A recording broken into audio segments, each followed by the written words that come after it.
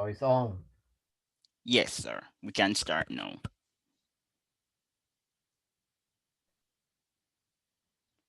Hello? Yes, hello? Yeah, hello, Ricardo. Hi, so today we're going to be talking about Western civilizations and some of your ideas. Ricardo, it was once popular for scholars like David Landis and Samuel Huntington to articulately defend the West. I once read a piece written by Sam in which he argued that Western law is superior to other legal systems and unique. But since the early part of the 21st century, Western civilization has been under assault from both the left and the right. What is the cause of this new situation? Well, I think now this is not the view I held when I wrote my book, The Uniqueness of Western Civilization, which I completed in 2010 and it was published in 2011. Then I used to think that we had a conflict of values, that the leftist ideology dominated our universities. And I still think that, but I also think that the globalists, both on the right and the left, have this commitment to diversify all Western nations and create a multiracial society.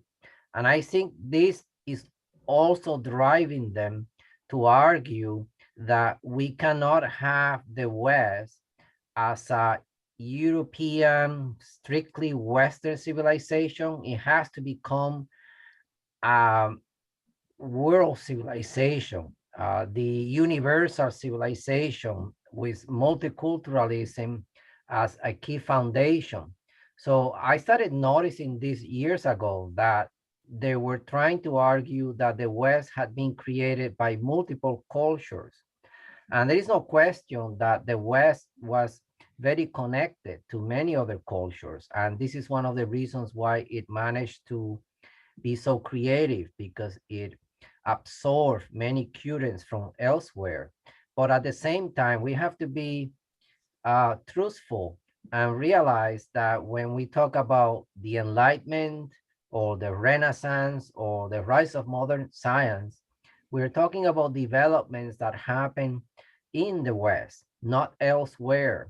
So we have to look for reasons within the West to understand these developments rather than to argue that all the world's peoples and cultures were part of the civilization of the West, which is what they want to argue now, because they believe that if you have a diverse classroom, you have to make everybody in the classroom feel that they were part of creating the West.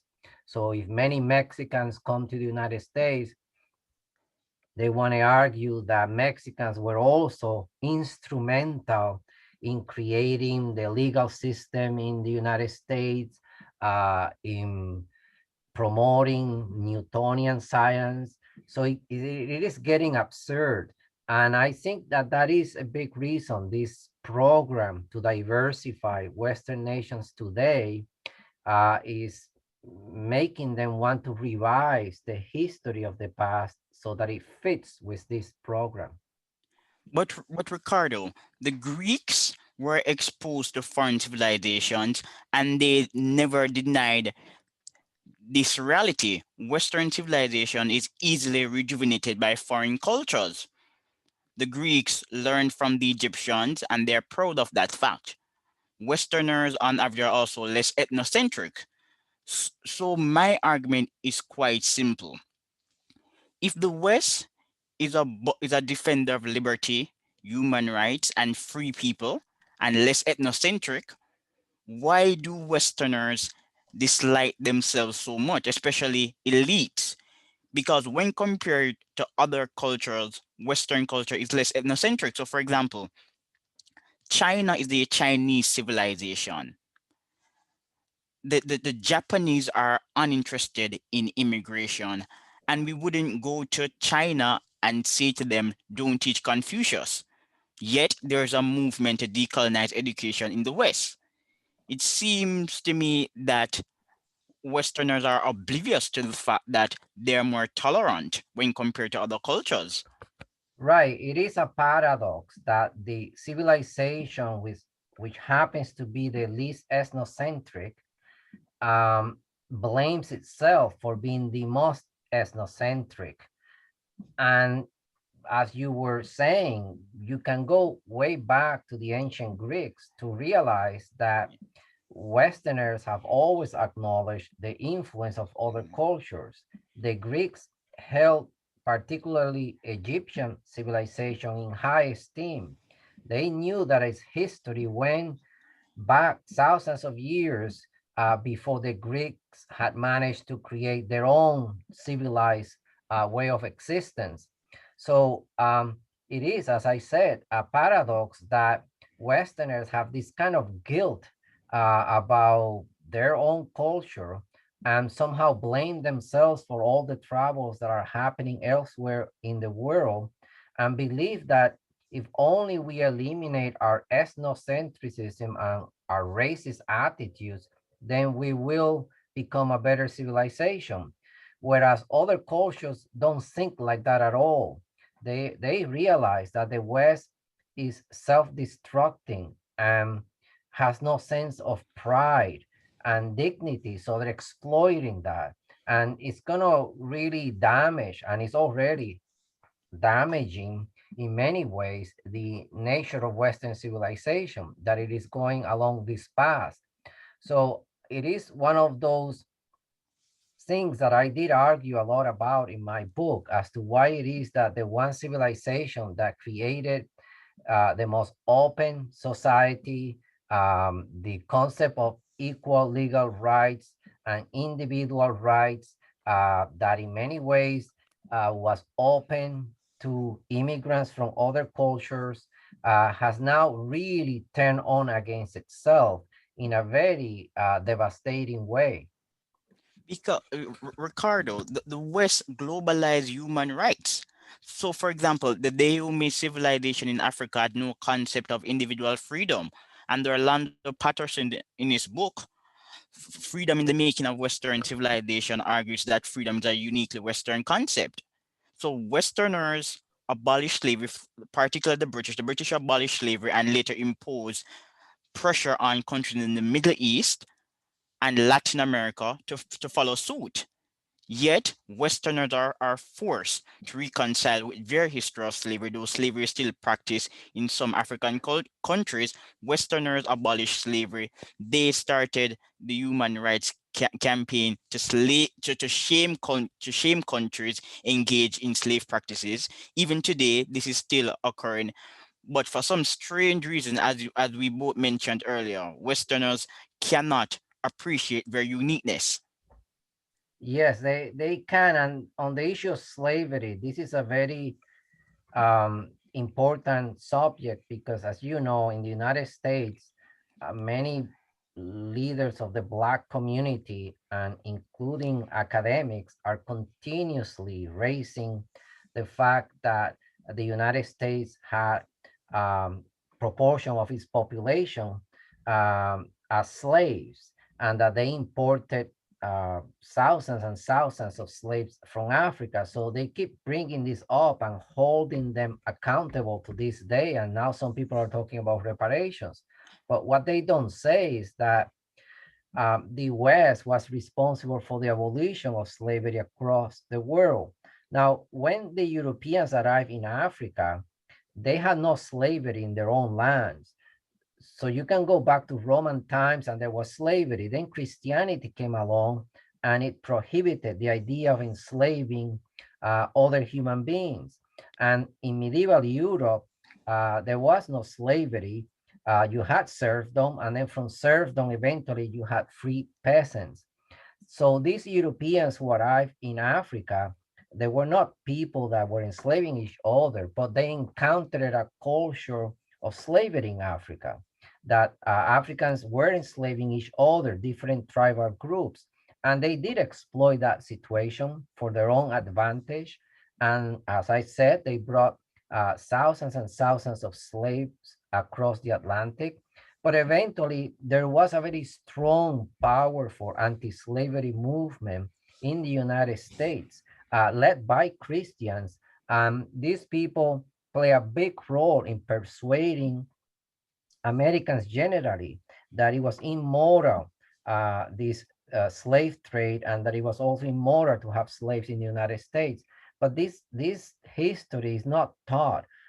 They prefer the history of making whites feel guilty because there is an agenda. The agenda is that they're going to radically transform Western civilization and create a thoroughly multicultural civilization, which they believe is superior and should no longer. I mean, they do aim at this. They will no longer call it Western. They want to get rid of that word. That word is now seen in a bad light in academia. I mean, I know from experience that teaching Western civilization was not looked well by other academics. And the if you go back just a few decades ago, Western civilization was a required course in many colleges in the United States. Today, from the last statistics that I saw, I think in maybe about 2% of American colleges is Western civilization a required course. So now it is just optional, and even you will find that many academics don't want to teach it. They feel that they will be accused of Western ethnocentrism and, or in fact, of white supremacy. So that's the reality we're dealing with. But Ricardo, we can easily correct this problem by diversifying the curriculum. If we teach students African history, Indian history, and Asian history, then they will be in a better position to form conclusions. So, for example, Sean Stillwell has a brilliant book on slavery in Africa. One can purchase it or read it online. The Asante Empire practiced slavery. Slaves were also sacrificed. Benin sacrificed slaves. In America, Black slave owners were noted for their brutality.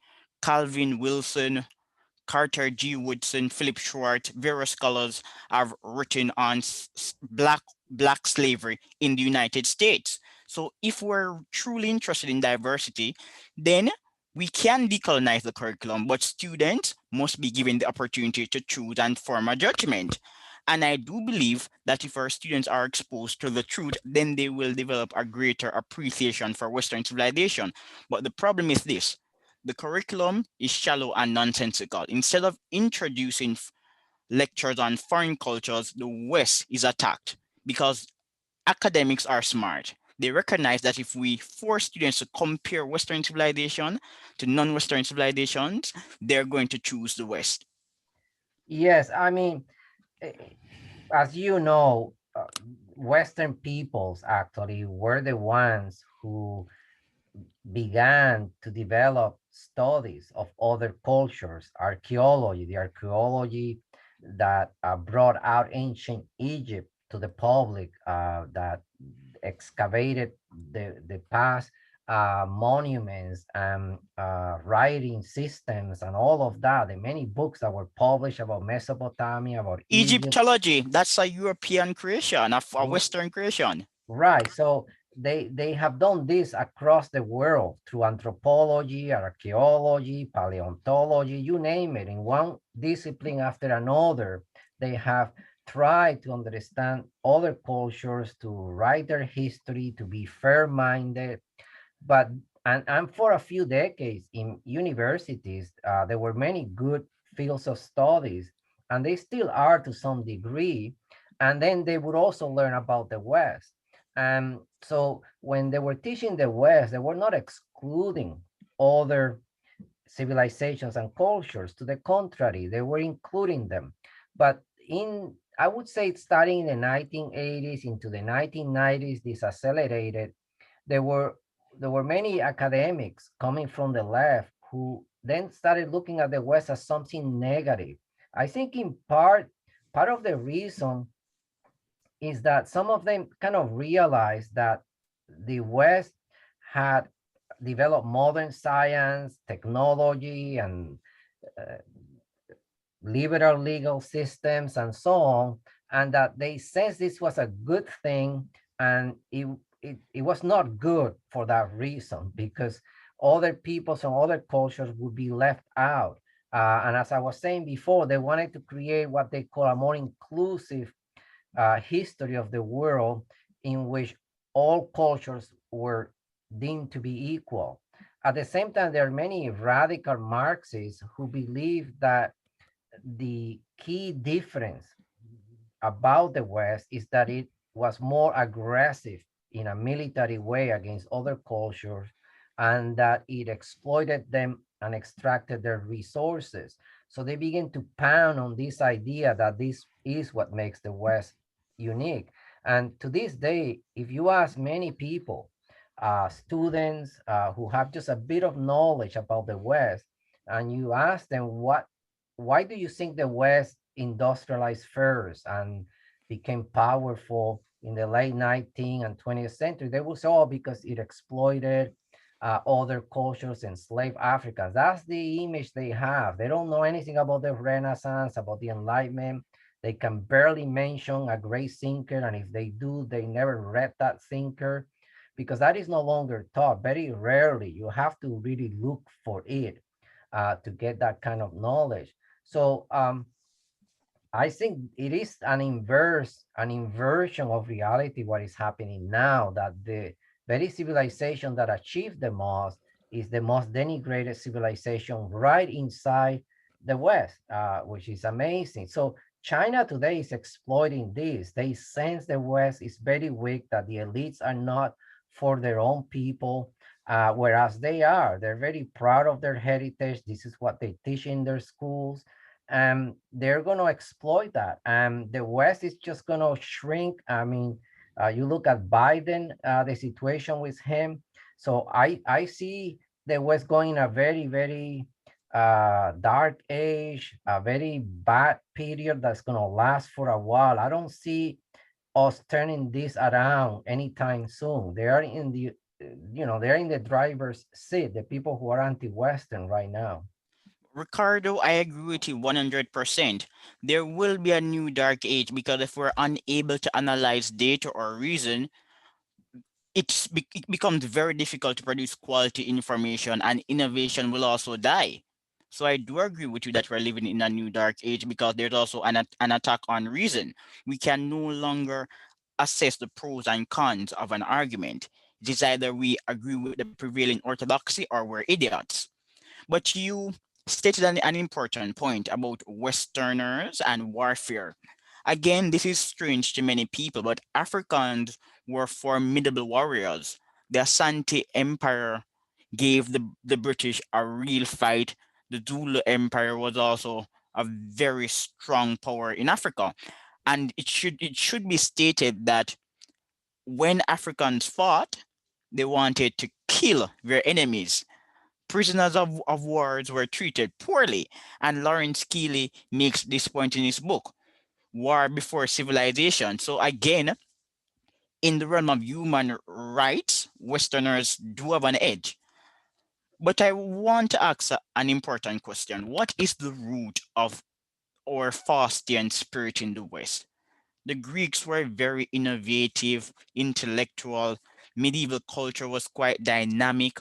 Westerners are always willing to change when confronted with superior practices. What is the root of this Faustian spirit? Well, it's not easy to really say what is the root of this Faustian spirit. As you know, I borrowed that term from Oswald Spengler, Yes. and he arguing his two-volume book, The Decline of the West, that there was this drive, this energy, this attempt to reach the skies, to conceive the infinite.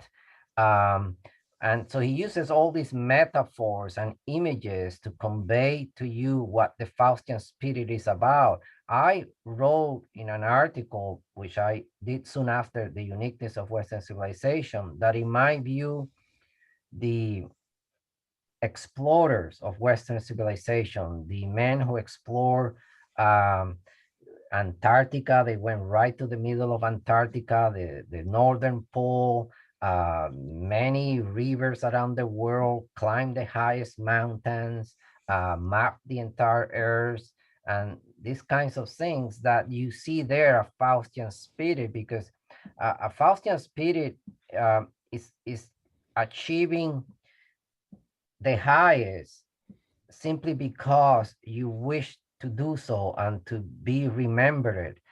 So when you think of the men who went to the middle of Antarctica, the argument that they're going there for resources and this guy stands to gain from that, it doesn't make sense to me. I think it's a spirit that drives them to be the first. They just want to be the first to reach the middle of Antarctica, something that is very difficult, almost impossible to achieve, and they want to achieve it or climb the highest mountain.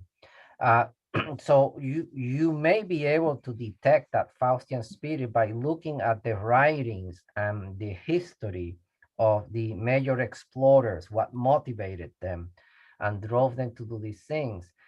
You could also argue that if you go back to the Indo-Europeans, that the whole lifestyle that they lived in the Pontic steppes is an area around what is Ukraine today. These are flatlines where horses were for the first time domesticated, and then they were ride on. People would ride on them, and that this was a factor. Then you see the invention of wheeled vehicles, chariots. You see a diet that includes animals as a major component of the diet, which was not the case in the other civilizations. So you might say these are the material factors that nurture this Faustian spirit. I don't think that by speaking of this Faustian spirit, you're going to capture everything about the West. And as you know, there is a book that has come out by Joseph Henry. Yes. Yes, that he talks about the weirdness of Europeans. So this is another way also of trying to capture this different psychological profile of European peoples. Someone like Henrich and many others would argue that their term is more accurate because they have a lot more evidence to back it up, whereas the Faustian concept is ambiguous, is just a philosophical speculative statement.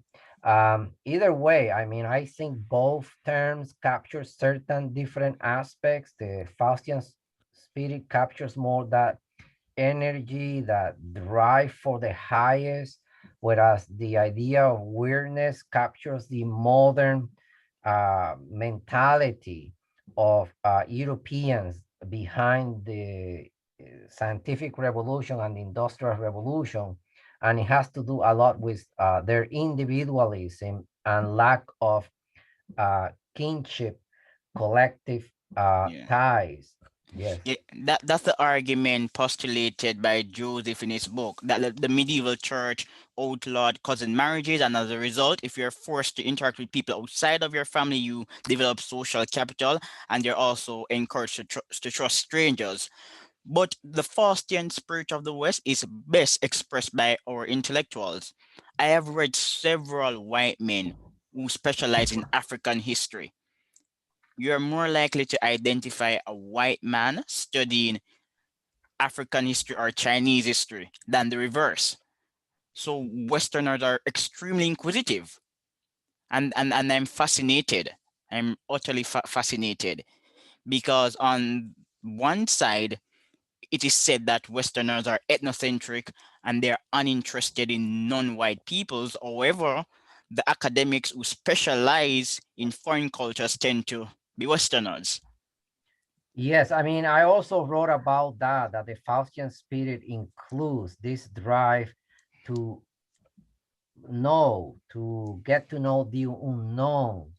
Um, and Hegel is someone that talks about this, although he doesn't say Faustian spirit, he does say that in the West, you see a spirit in which you don't want to let nature be and not have an explanation for why things happen the way they happen. Other cultures took it for granted. As you know, Indian culture was very passive in the way it looked at the natural world. It sees it as a reality that is mysterious and beyond comprehension, whereas Westerners were not satisfied with that. They wanted to dig deeper and come up with some of the laws that explain the movements of things in the sky and also here on earth. So the Faustian spirit is also expressed in that way. And then the fact that they were driven to understand the histories of the cultures of the world, and that really almost all the disciplines that are taught in our universities, geography, geology, archaeology, biology, you name it, is a field of study that was driven by this curiosity. Sociology, economics, all these disciplines express this Faustian spirit. And I do think that the concept of weirdness doesn't capture that. I mean, as you know, Joseph Henry says that Europeans became weird after the Catholic Church dismantled their kinship groups and extended families, but he has no explanation as to why it is that the ancient Greeks made so many major or offered so many insights in philosophy, in astronomy, in mathematics, um, in ways of writing, tragic writing, epic writing. So these things, he has no explanation for that. And you could argue in a kind of very general way that you see among the Greeks this Faustian spirit. You also see it among the Romans in the way they created this incredible empire in the area of the world that was the most contested area of the world, because I understand that the Mongols also created a very large empire. Some people say the largest empire, but it was not in the most contested area of the world. And the legacy of the Mongol Empire is far less than the legacy of the Roman Empire, because the Romans felt this affinity with the Greeks and they respected it. Even though they were not at the same level of philosophical knowledge, they did produce some incredible historians and also an incredible legal system. And the empire that they created, I mean, the reality of life is that human beings have been struggling with each other since the moment we were primates. It's just a fact of nature, and the Romans were very successful in this. And then they created an empire within which they tried to have more peaceful relationships among the inhabitants of that empire. And this is what the legal system is about, to have rules so that human beings um, resolve their conflicts that way rather than through constant feuds between families. Very, very interesting points as usual. But there's also another pressing matter, the role of commercialization. Whenever Europeans create products, or if they are introduced to foreign products, these products are used to create wealth. So for example, the clock. Europeans measure time using the clock. The Chinese were technologically superior to the West for several centuries, but they didn't use the clock appropriately. They printed less books. When Europeans discovered the art of printing, printing became a big business. And this is also another fascinating point. Why are Europeans so eager to produce and to appropriate knowledge and to be productive? There's a difference between talent and commercialization. One can be brilliant, but if you fail to commercialize your ideas appropriately, then you will lose. And Europeans had the edge because they were more productive and likely to commercialize their ideas and the ideas of other countries. Yes, I mean, it is a standard argument that the Chinese were first in the invention of printing machines, mechanical clocks, paper, and so on. but there is a fundamental difference in what happened in China. You can take each of these technologies, their mechanical clocks, which were really, really water clocks, and you can take their printing machines, and you can see that they invented them and created a few of them, but they never really improved upon them. It was just a one-time phenomenon with minimal improvements thereafter. Whereas what you see in Europe, and this is something that the historian Lynn White said long time ago, Mm. he said you, Yeah, Lynn White, yes, the medievalist. yes, he said you notice this uh, continuous tinkering, continuous attempt to improve the technology generation after generation. So you take the mechanical clock, it not only was it a fundamentally different type of technology because it was no longer based on water, but also it was not a one-time phenomenon. It's almost as if everybody in Europe, I mean, not everybody, but the people who are interested in these kinds of things got into it and began to try and come up with a better version of it and another better version. And you find this across many technologies. They continuously try and make them better than someone did in the past. So this phenomenon needs to be explained. And you could also, again, argue that it's part of this Faustian spirit. You could also say it's part of their individualism. But Yes, yeah, yes, and then the Latin West is the, the story of the Latin West is very intriguing because when medieval scholars were exposed to Arabic learning, they adjusted their philosophies. Adelard of Bath, Thomas Aquinas, and other leading luminaries. The Chinese, in contrast, were introduced to Western science by the Jesuit, but that did not spark a serious intellectual revolution that was sustained. China had bouts of intellectual revolutions, but none of them became permanent. And I think this is an issue that we need to discuss and talk about more freely. oh yes, I mean, there is a book by Toby Hoff. Yes, Um, very brilliant book. He wrote 2 volumes. yes, and one that I'm thinking about is about the reception of the Chinese um, to the telescope and other technologies. And they were curious about them, but they never really cared to find out more and to really inquire as to what is the nature of this technology and what can it do.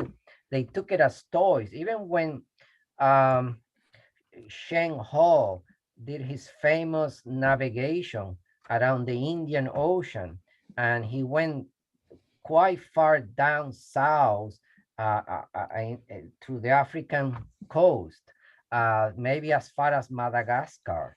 But it was not a planned expedition in the way that the Portuguese organized their expeditions. The Portuguese set up a whole center for developing navigational techniques and ways to do it properly using the latest ways of navigating.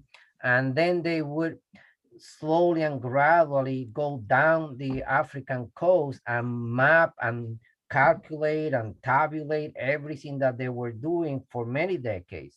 Whereas the Chinese came in these very big, luxurious vessels, and they were kind of wanting people to honor them and to admire them and to receive homage from them. And they became very curious about the giraffes and other uh, exotic animals they saw in other areas of the world, but they were not exploring. And in fact, they didn't really navigate in any area of the earth that had not been navigated before in a known way. So I wouldn't say that they were explorers.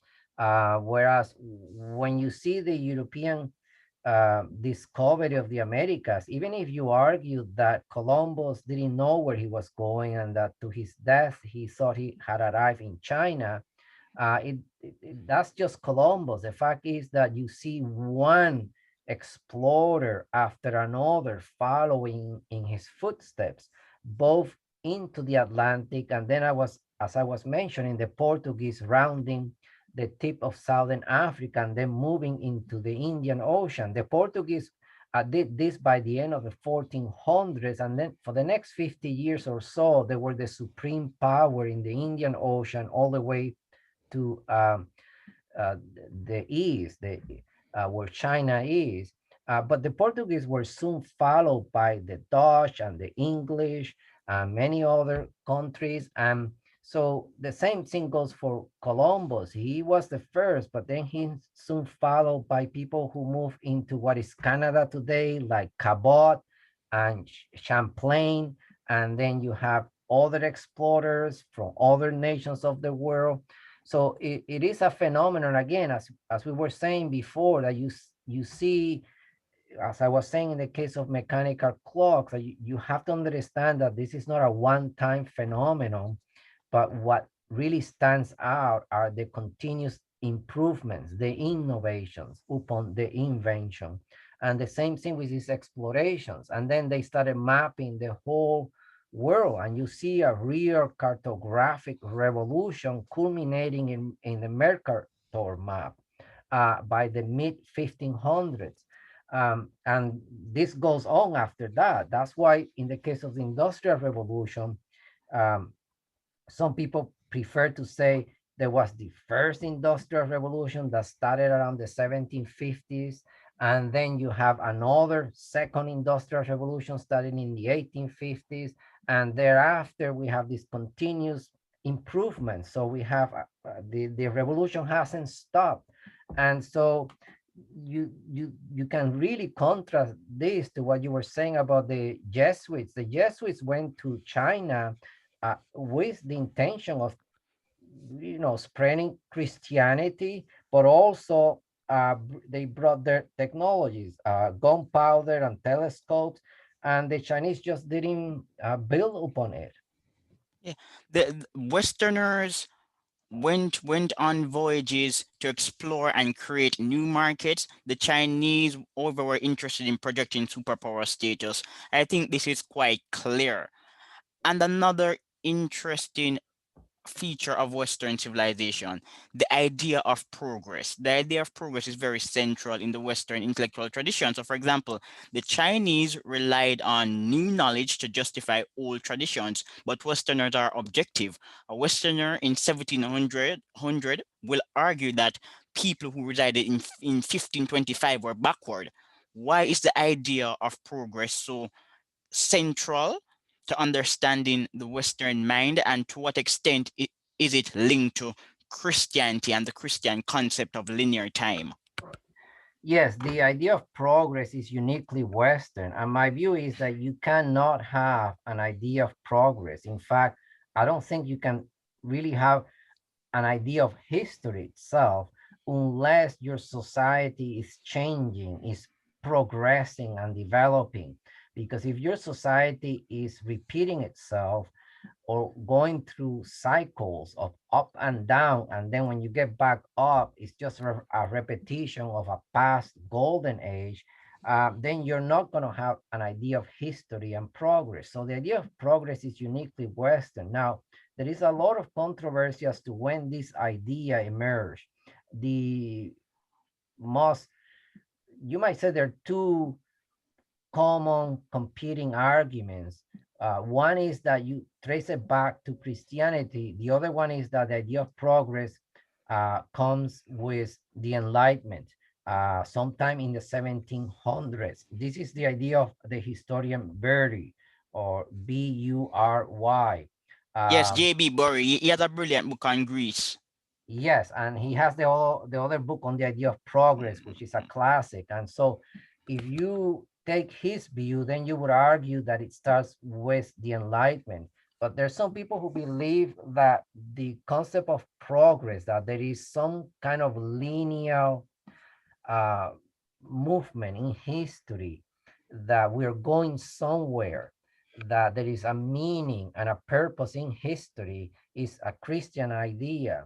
My view is that this idea of progress, you cannot see it in the Old Testament, that it only becomes an idea that Christians begin to think about when Christians start to study the the past, when they look at ancient Greece and Rome, and they're trying to make sense of these two civilizations and how they uh, fit within the Christian scheme of things, because they know that there is a whole new, for Christians, there's a whole new starting point with Jesus Christ.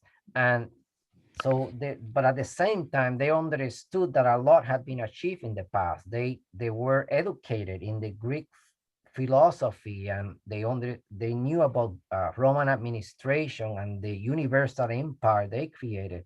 So when Christians start to think about this, and they fit Greece and Rome, and then they put Christianity there, and then they start thinking about the Catholic Church during the medieval era, trying to convert more and more people to Christianity, and they build universities, and they see the rise of uh, towns and cities.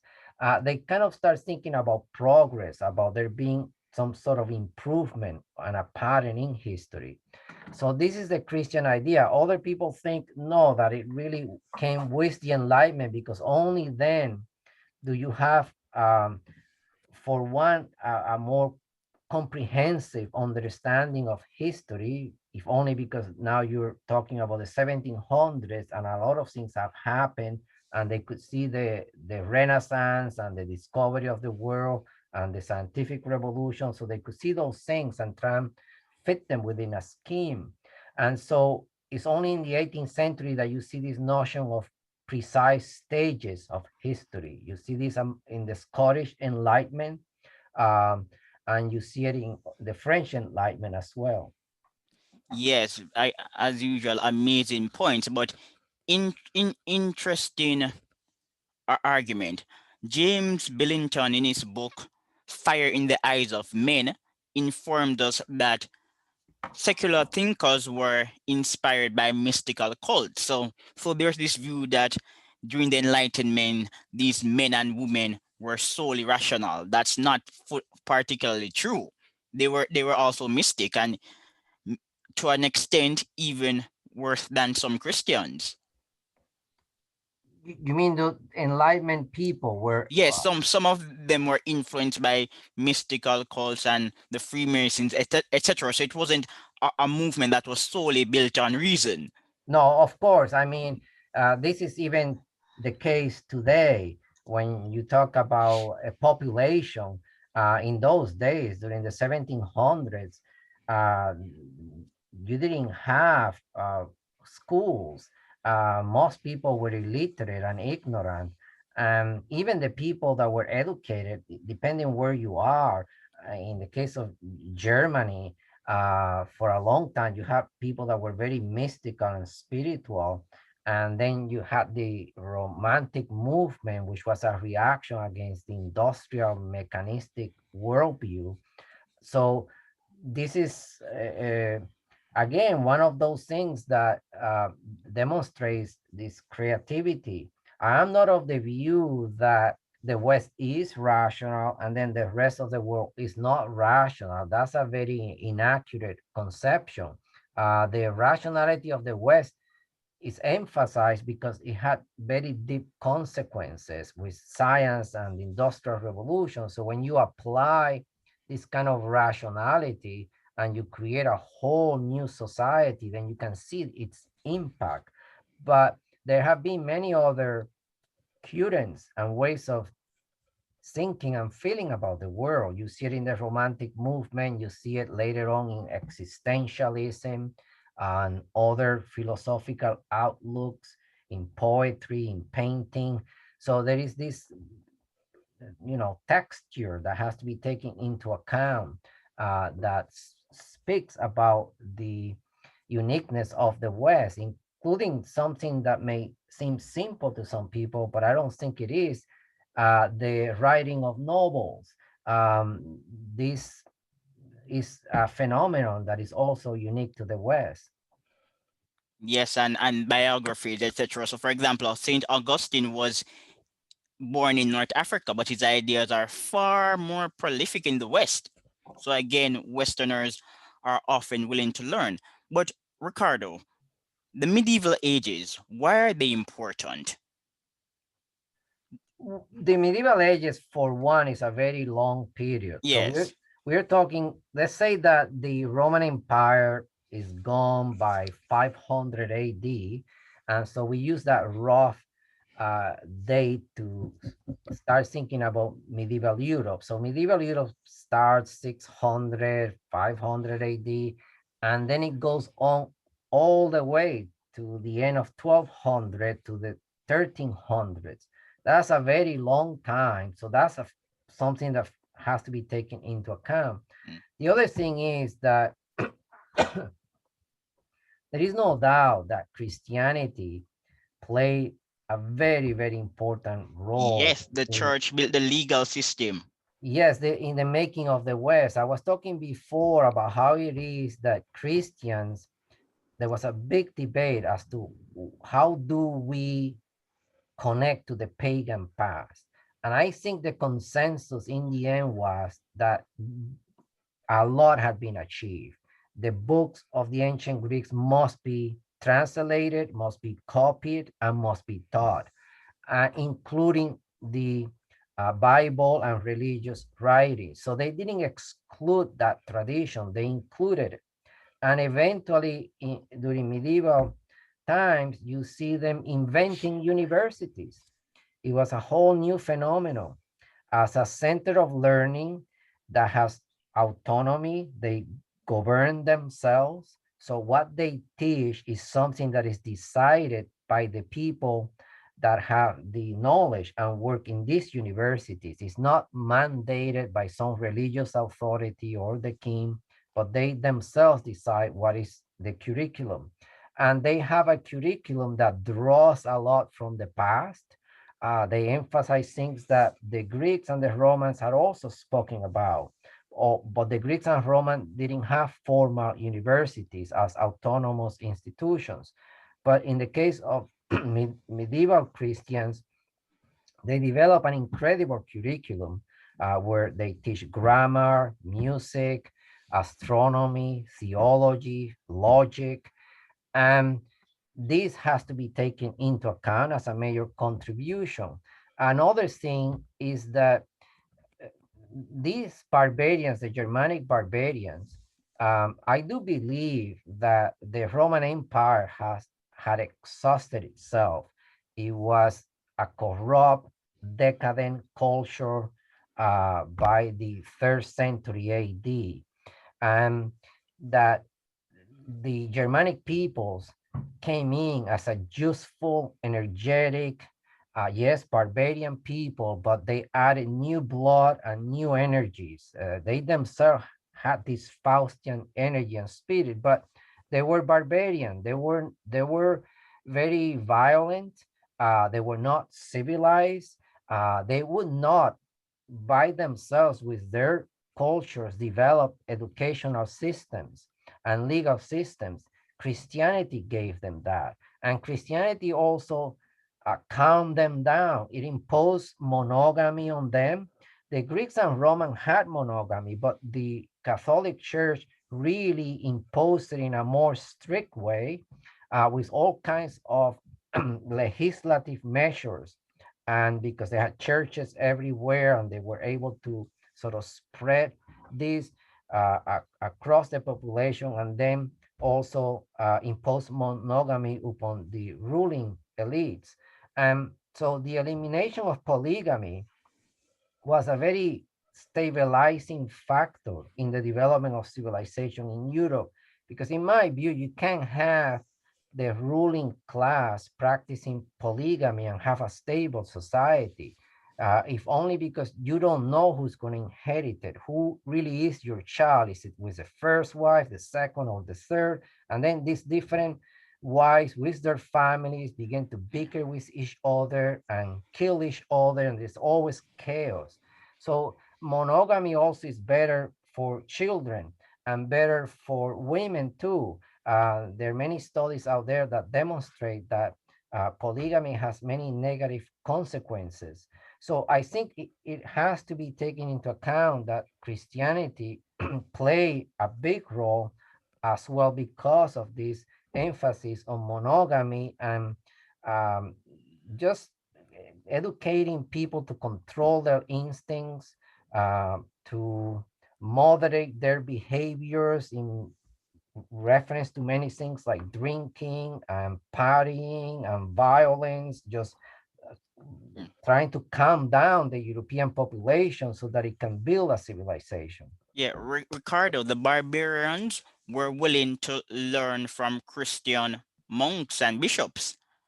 And what is often discounted is that the early church protected widows, women, and abandoned babies, especially girls who were whose parents would have wanted to abort them. So some would argue that the church is patriarchal, but history teaches us that the church has been a blessing for women. The medieval church, for example, allowed women to marry without gaining the consent of male relatives. Yes. So so if we're going to discuss Christianity, we must make reference to the family, the legal institutions, particularly criminal law, equity, etc. Western civilization is the legacy of Christianity. Another force is too, but Christianity is pivotal if one wants to understand the West. Oh, yes. I mean, I think it is. I don't think that the Germanic barbarians on their own would have really Mm, preserved the legacy of the mm, West if it had not been because of the Christian educational program. Christianity emphasized a lot the development of the spirit, the development of the intellect, and that meant education. The monks, I don't think it's an accident that it was the monks who uh, wrote all these books back and preserved them from ancient times. So without them, who would have done that? I don't see any other group doing this except the monks and people that got educated in the universities. So yeah, I mean, you can see it there, this emphasis on education. So when you see today the left portraying Christians as just bigoted, ignorant, and they are anti-science, that's all nonsense. mm. Science itself is very connected to the Christian idea that they are God is a rational Yes, being that created the world with some meaning, purpose, and some pattern. It's not chaotic, it's not accidental. God cannot, and it's just, it's conterminous. God and the order of the world are kind of inseparable from each other.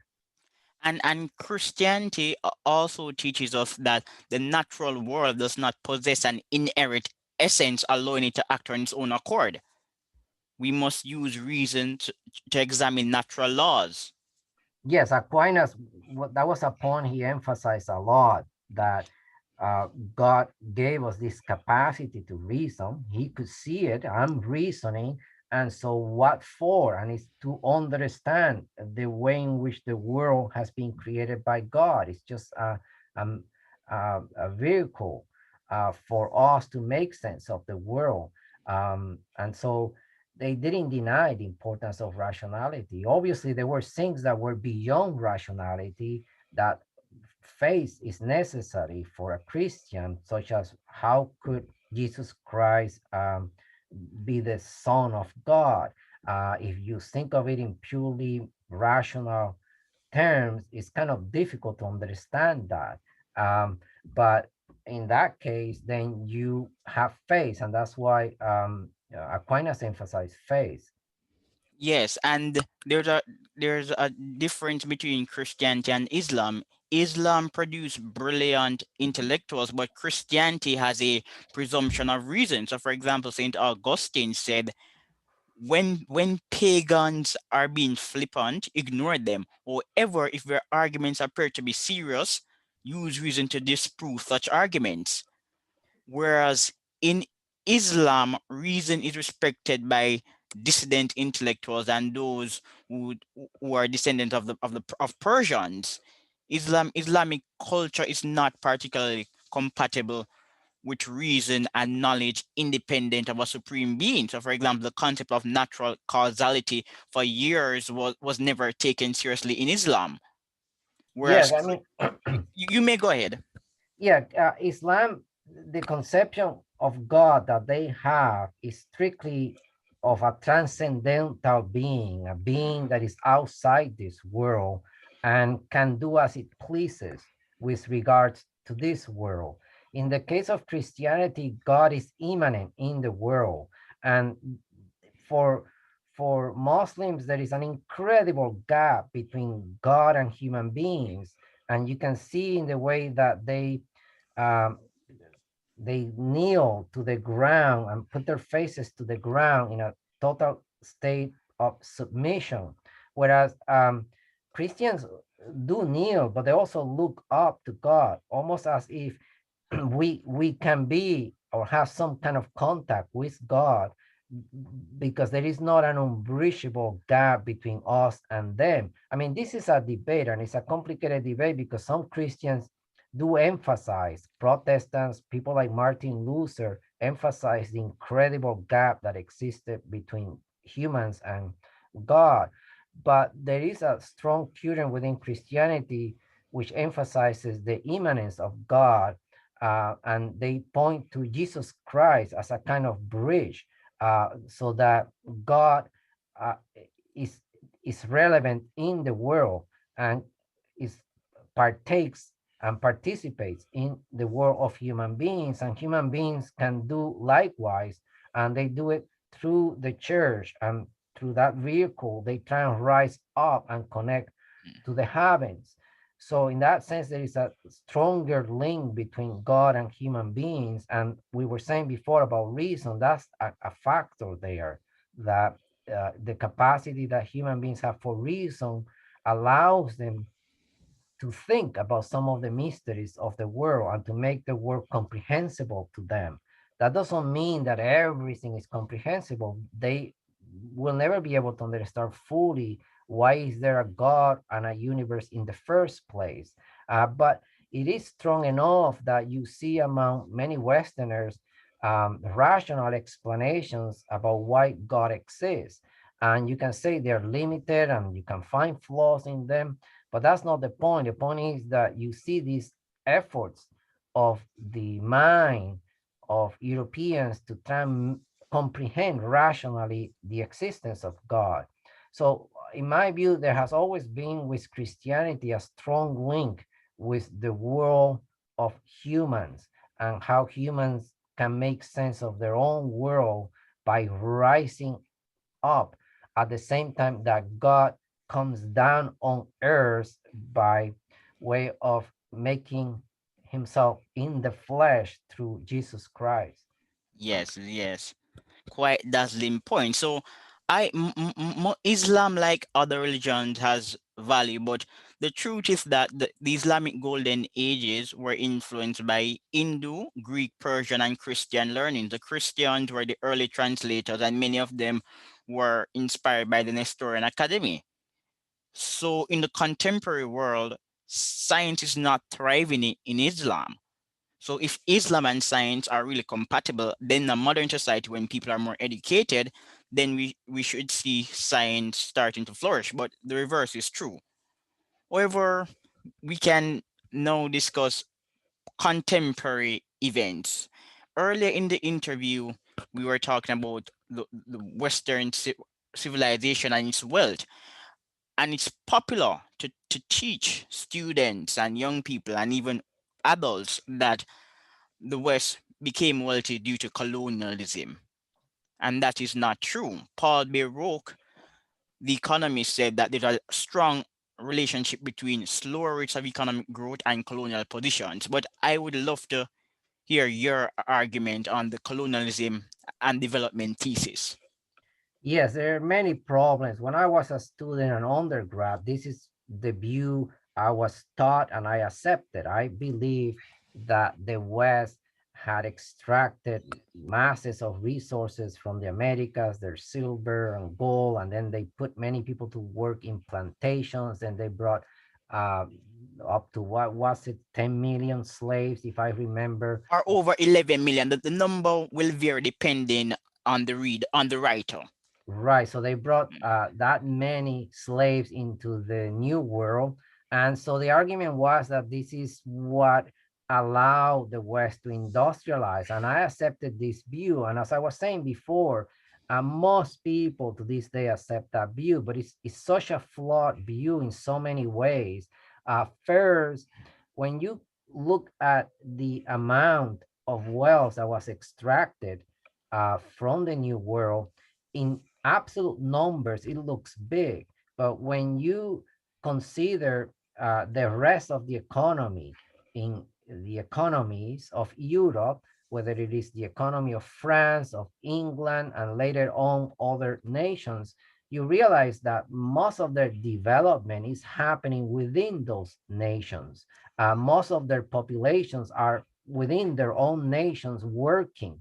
And to say that outside forces were really responsible for this industrial revolution has to take into consideration that in relative terms, the contribution, the economic contribution of the colonial trade was not as big as they imply.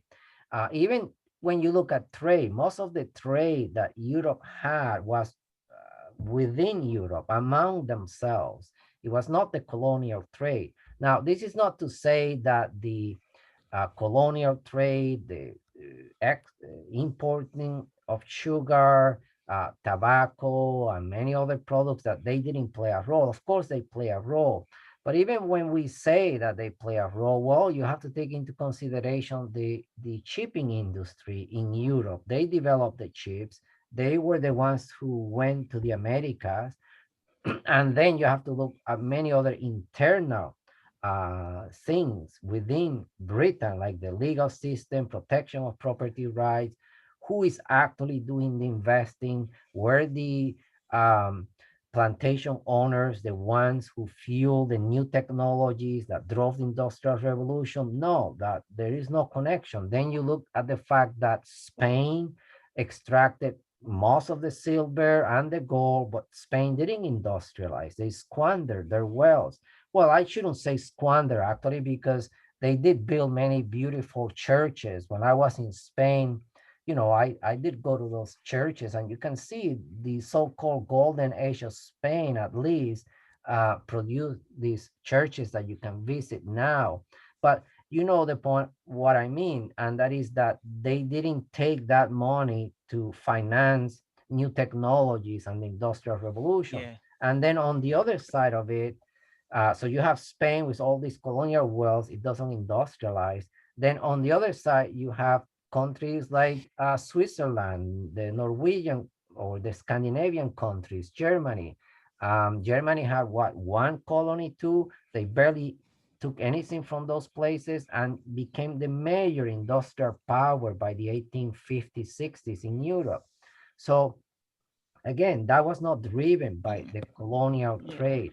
And as you were pointing out, there are studies out there. I don't remember now, I read this many years ago, but there are studies out there that show that the cost of having an empire, because of the military occupation, the amount of administrators you have to pay, continuously trying to keep the population subdued, are higher than the amount of wealth you take from it, and so on. So I don't accept that argument, and yet the argument is very popular. Yeah. Philip Coelho, years ago, his study was done in the 70s. He notes that slavery was expensive for British taxpayers. Slavery functioned as a rent-seeking system.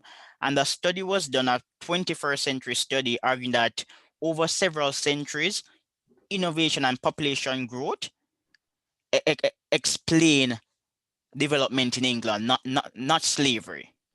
Innovation is what's responsible for for human flourishing and the great enrichment. Empires are expensive. Sweden operated empires in Europe, and she scrapped her empires. Empires proved to be a burden. So Yes, it's a silly argument, but it will just never die. Another dubious thesis was promulgated by that film Black Panther. It is a yes, very, very silly movie. The great African empires were trading powers like Mali and Axum, and secondly, isolated countries are poor and backward. An isolated African state wouldn't exist today, and if it actually functions similarly to a normal country, it would be very, very poor. Trade is positive, and countries that restrict themselves from the outside world are poor. So Black Panther is popular, but it's a myth. It's a fable. yes. It's a way of, I guess, achieving cultural equality and even superiority. You blame the West for what they did, and you try and hold a moral argument against them. And this is what has become in many universities. You know, this guy who wrote a paper about 3 years ago Yes, in which, Bruce Gilly. Bruce Gilly. right, I mean, there was an incredible backlash. I Yeah. thought that, this argument had been sufficiently discredited. The idea that Britain industrialized because of African exploitation. But no, I mean, he brought more ammunition, more arguments, a lot of data showing that, in fact, that if anything, it was not so much that Britain benefited, it was the African nations that were Yes. colonized that benefited. And so there was a backlash, and I think the journal retracted the article. Um, so you can see, I I don't see us getting away from this situation right now. I think it's going to get worse because of the whole diversity program. The moment Mexicans coming into the United States, they don't come in to assimilate, they come in and join their own ethnic communities. They continue to speak the Spanish language. They don't really have to or care to learn English anymore in the way they did in the past. And there is no incentive because they're being told that your culture actually is better. The reason you're here is because the Americans destroyed Mexico and exploited you, and that's why you're here now. And you should claim the United States as yours. So I don't see us getting away from this situation anytime soon. Yeah. It doesn't Stu- matter how many arguments you bring. I mean, like Toby Hoff, we mentioned him before, and I like him, but sometimes I get the impression that he thinks if only Muslims read my arguments and Chinese, they'll realize what the West achieved. And I told him, I don't think so.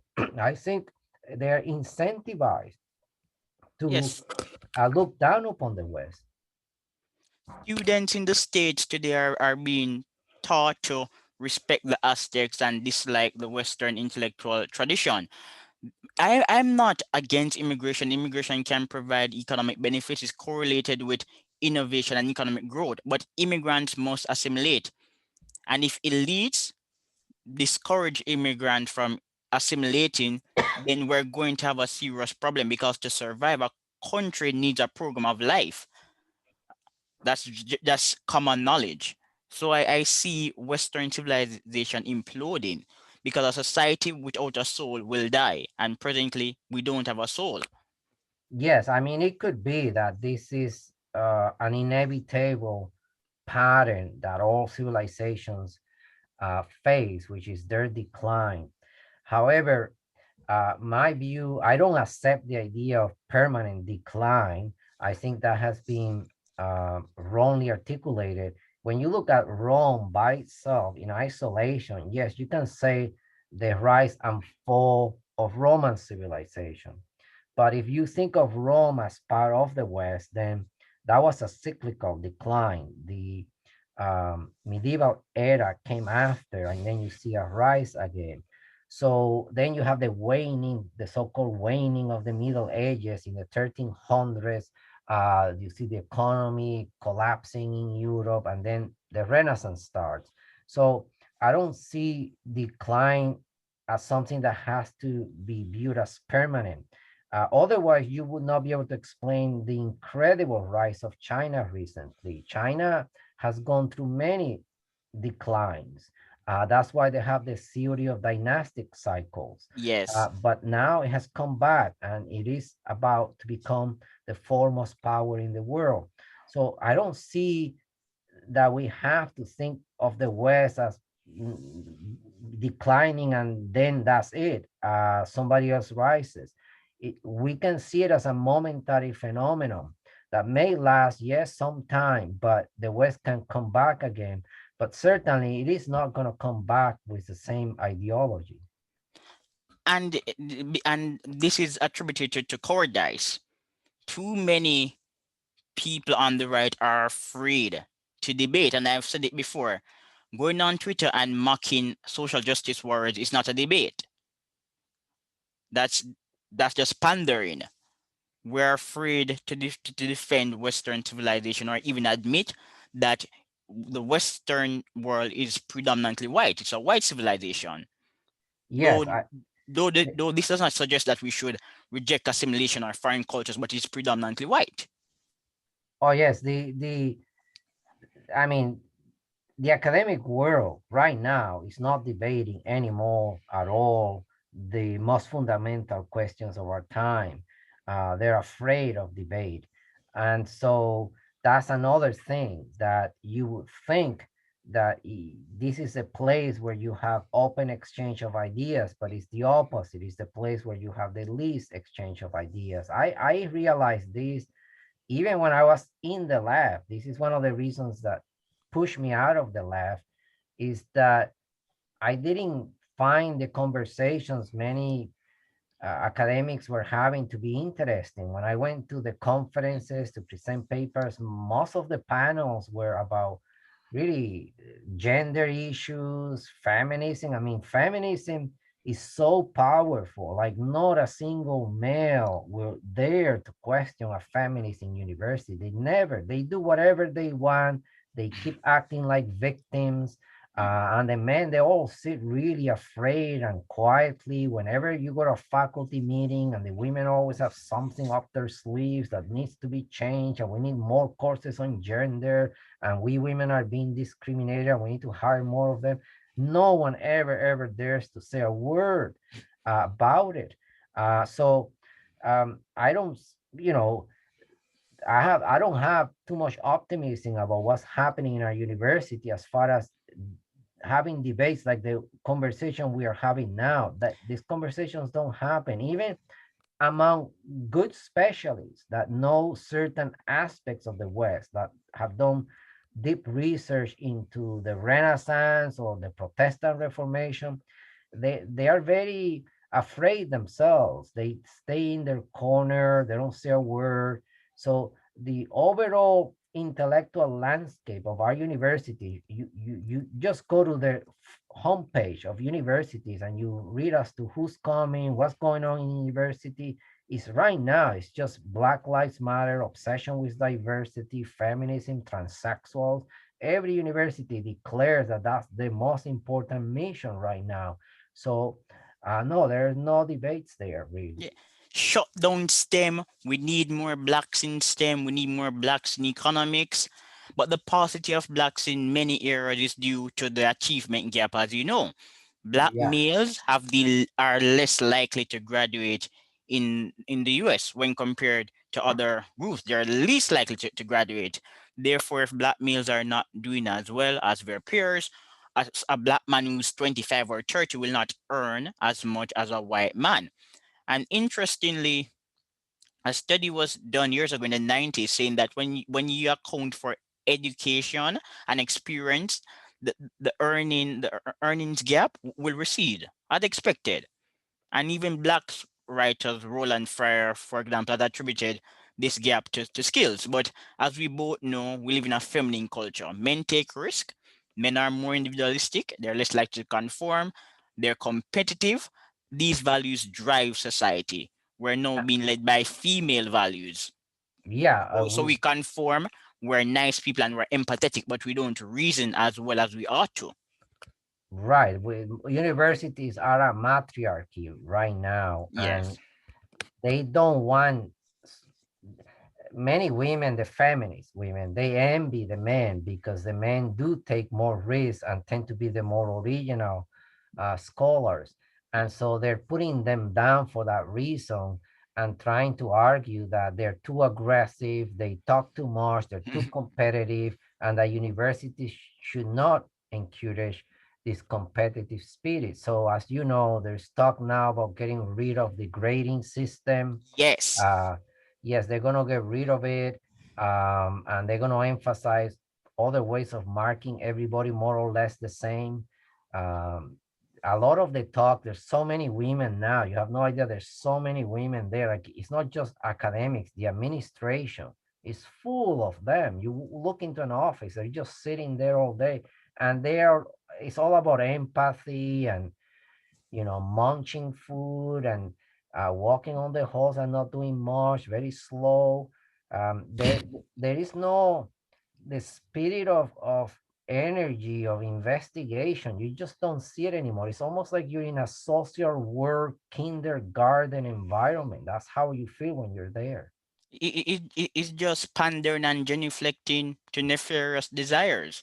So we can apply this thesis to black people in the States. Black people are individuals. They have rights and they also have the ability to work and invest like the rest of us. But I've seen where so many institutions are lowering standards to appease black students. And if you Yes. change the grading scheme to appease black students, within the next 10 to 20 years, you will relegate those students to a state of permanent infancy. They will never be able to compete in a global market space. Yes, I mean that right now is the case. And another thing too, as you may have noticed, is that they are making blacks feel that there are certain subjects that they should study, like black history and black studies and things like that. Almost as if, well, you shouldn't really care about the things that you're interested in because that's not for blacks.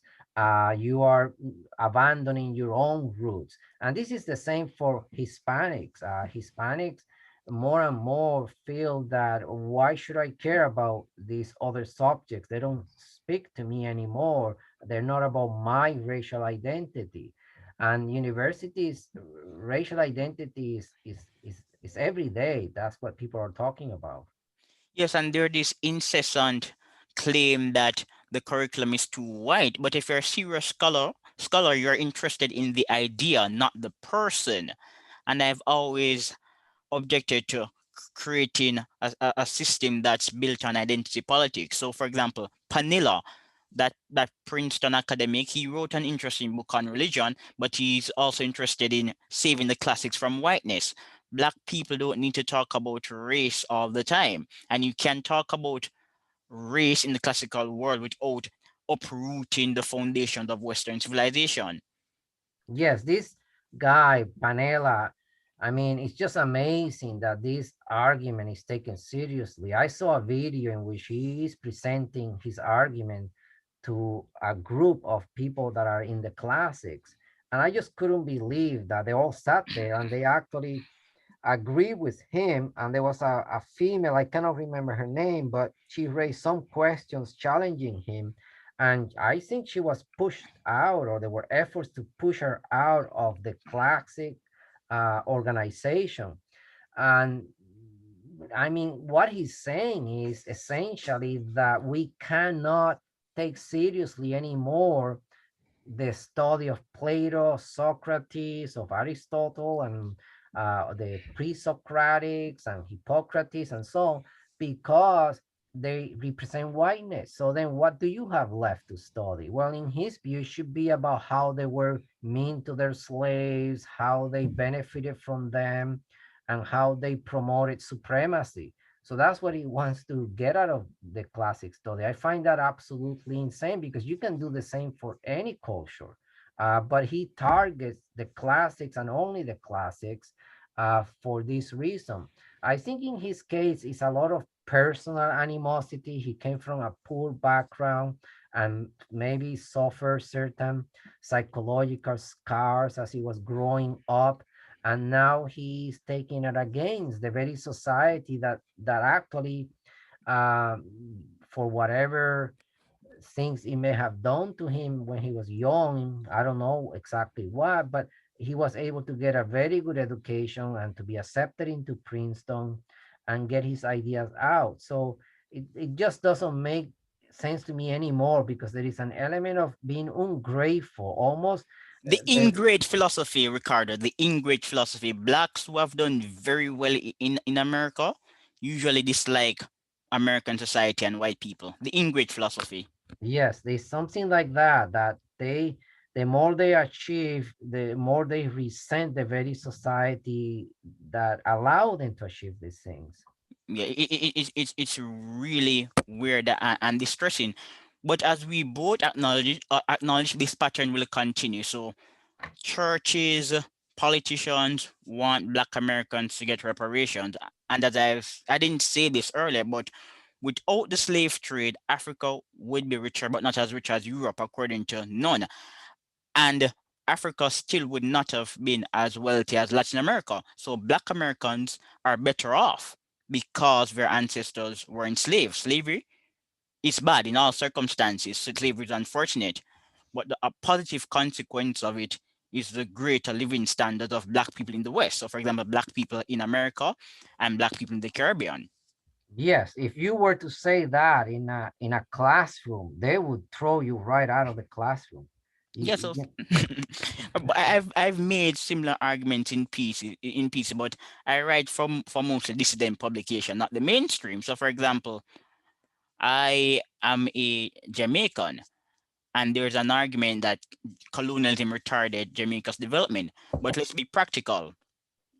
The Taínos did not have a civilization on par with the Romans, the Greeks, the Aztecs, or the Egyptians.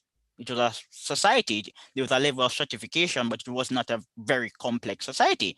So if we're being logical, Jamaica is better off because we're colonized.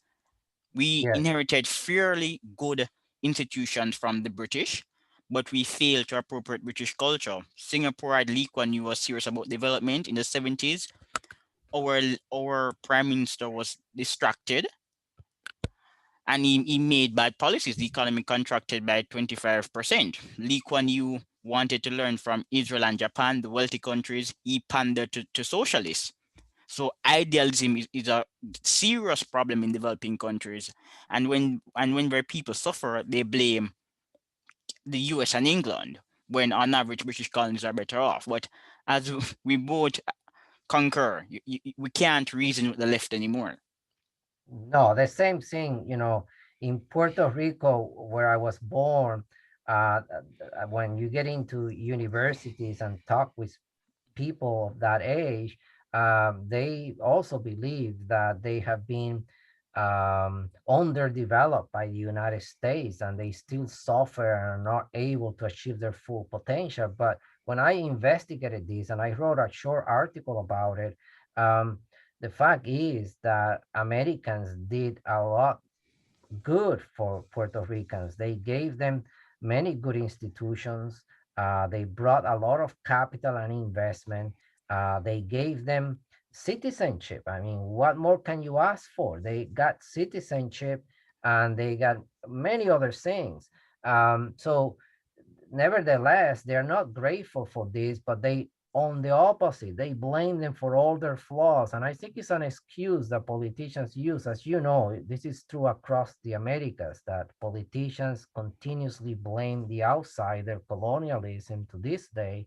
And that's what I mean about how influential this idea has been, this notion of colonialism being the means by which Europeans moved ahead and kept the others behind.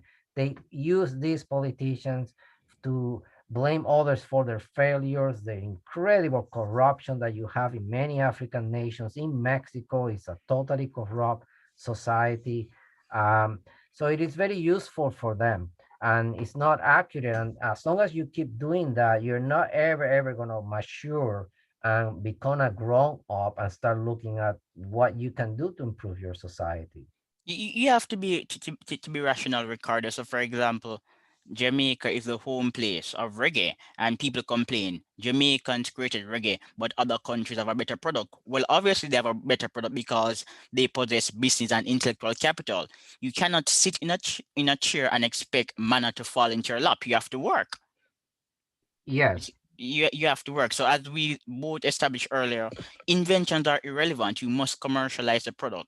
If you are not interested in doing so, then you're a waste of time. And no amount of pandering can change this. So in the States, there's a new story. Asian anti-Asian racism. Black people are beating Asians. It's so bad that one community started a patrol group. Yet we're being told by liberals that blacks are angry at Asians because of white supremacy. yeah, it's amazing. Yeah, yeah. Maybe subconsciously liberals are racist and they want black people to suffer. Yeah, it's Maybe. hard to understand because the line now, the deception is so out of this world now, the deception. And but they control the media, so you know it is not true, and I know it is not true. But the young generation, many of the undergraduates, they're the way they get news is controlled through the social media. If they don't look actively for alternative media, they're not going to get the actual truth. So they do believe this garbage that whites are around the US beating Asians for no reason because of, the argument is that they blame them for the virus. But there is absolutely no evidence for that. And this guy clearly, those Asian massages places, parlors, they're called massage parlors. Mm. They he said it himself. It was not for racial reasons. And the other thing He's a we have sick. He's a sick man. He's sick. Yes, and the other thing is that in reality, Asians happen to have ownership of most of these massage parlors in the United States. I saw a statistics that says that over 70%, something close to 75% of those parlors are owned by Asians. And if you take into account that some Asians don't use their Asian names, it could be more than 75%. So it could have been just a coincidence that he happened to have shot Asians because there are more of them around. And I think two people that were not Asian were also shot by Exactly him. my point. But we have an unserious media. Journalists thrive on entertainment and cheap stories. Yeah, Yes. yeah, they thrive on entertainment and cheap stories, and Biden will always pander to the left. But Ricardo, I believe that our discussion was very insightful, and I just admire your deep level of erudition. And I hope that people will appreciate the nuance of our conversation. Yes, it was a good conversation, and we should try and have one later on. Doesn't have to be soon, but at some point it would be interesting to keep having a conversation about the state of Western civilization. And what I like about our conversation is that it is not controlled. So, for example, the intellectual dark web is very popular. Some of its adherents are interesting people, but I do believe that they tend to pander. So I don't have much confidence in these new dissident intellectuals saving our civilization. Which one are these? The intellectual dark web, Jordan Oh Peterson, yes, yes, yeah, right. Yeah, no, that's not good. yeah, yeah. They wouldn't have a conversation Yes, of I this I nature. wish I could have a debate with Jordan Peterson. It would be interesting. Yeah, but thanks for having you, Ricardo. It was really a pleasure. All right, thanks. I'll end it here.